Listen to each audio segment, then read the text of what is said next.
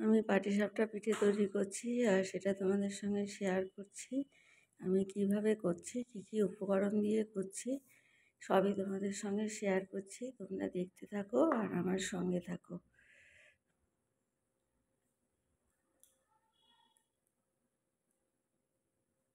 তোমরা সবাই কেমন আছো? নিশ্চয়ই ভালো আছো। আমার এটা যদি ভালো লাগে এই ভিডিওটা, তাহলে তোমরা পেজ থেকে দেখলে ফলো করে দেবে, ইউটিউব থেকে দেখলে ইউটিউব চ্যানেলটাকে সাবস্ক্রাইব করে দেবে। এ দেখো একটা গামলা নিয়েছি, তার মধ্যে আমি 1 বাটি চালের গুঁড়ো, 1 বাটি ময়দা, 1 বাটি দুধ, 1 বাটি খেজুরের গুড় নিয়েছি, অল্প অল্প করে দিচ্ছি আর মাখাচ্ছি।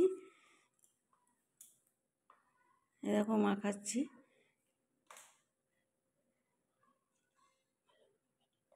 ব্যাটারটা তৈরি করে নিচ্ছি ভালো করে। এ দেখো আমার 1 বাটি দুধে হলো না, আমি আর 1 বাটি দুধ অল্প অল্প করে দিচ্ছি আর হাতা দিয়ে ব্যাটারটাকে তৈরি করে নিচ্ছি। গোটা দুধটাই দিয়ে দিলাম, দিয়ে ভালো করে ব্যাটারটাকে তৈরি করে নিচ্ছি।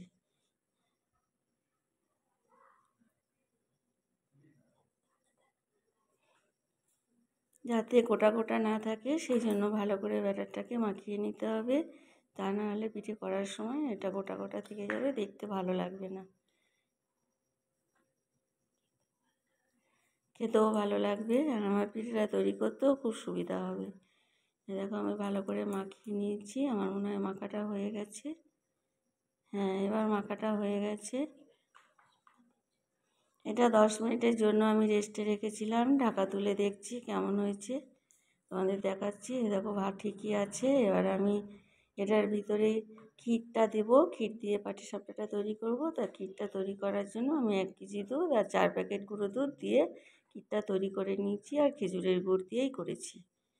দেখো আমি একটা ননস্টিকের ফ্রাই প্যান নিয়েছি, সেটাকে একটু ঘি ব্রাশ করে নিয়ে এবার 1 হাতা 1.5 হাতা করে করে দিয়ে ব্যাটারটা দিয়ে তার মধ্যখানে আমি 1 চামচ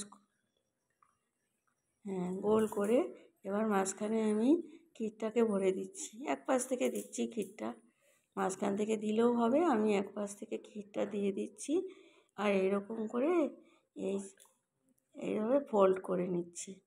এইভাবে ফোল্ড করে নিচ্ছি। এটা খুবই সহজ তৈরি করা। অনেকে ভয় পায়, বলে যে এটা তৈরি করা খুব কঠিন, কিন্তু একদমই কঠিন না।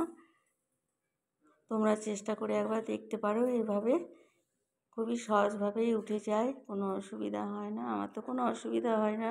আর এই পিঠেটা আমাদের বাড়িতে সবাই খেতে ভালোবাসে। এই পিঠেটা আমি আরও একদিন করেছিলাম, কিন্তু গোটা রেসিপিটা তোমাদের দেখানো হয়নি, সেই জন্য আমি আবার একদিন করলাম। এরকম করে সব ফোল্ড করে নেব আর এরকম করেই সবগুলো ভেজে নেব আমি। দেখো এখানে আমার 3টে ভাজা হয়ে গেছে, আরও একটা দিয়ে দিয়েছি, 1.5 হাতা মতো করে দিয়ে দিচ্ছি। এরকম করে ঘুরিয়ে ঘুরিয়ে নিচ্ছি। একটু ব্যাকা ট্যাকা হলে কোনো অসুবিধা নাই, ফোল্ড করার সময় তখন মেকআপ করে নিতে হবে। এই দেখো এটা আরেকটা করছি, দেখো এটাকেও আমি এরকম করে ফোল্ড করে নিচ্ছি।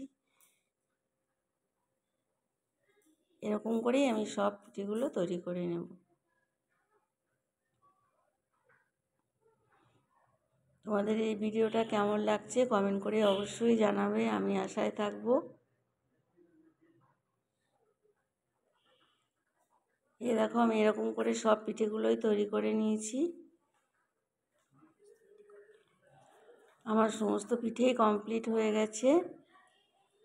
হলো না খুব সুন্দর?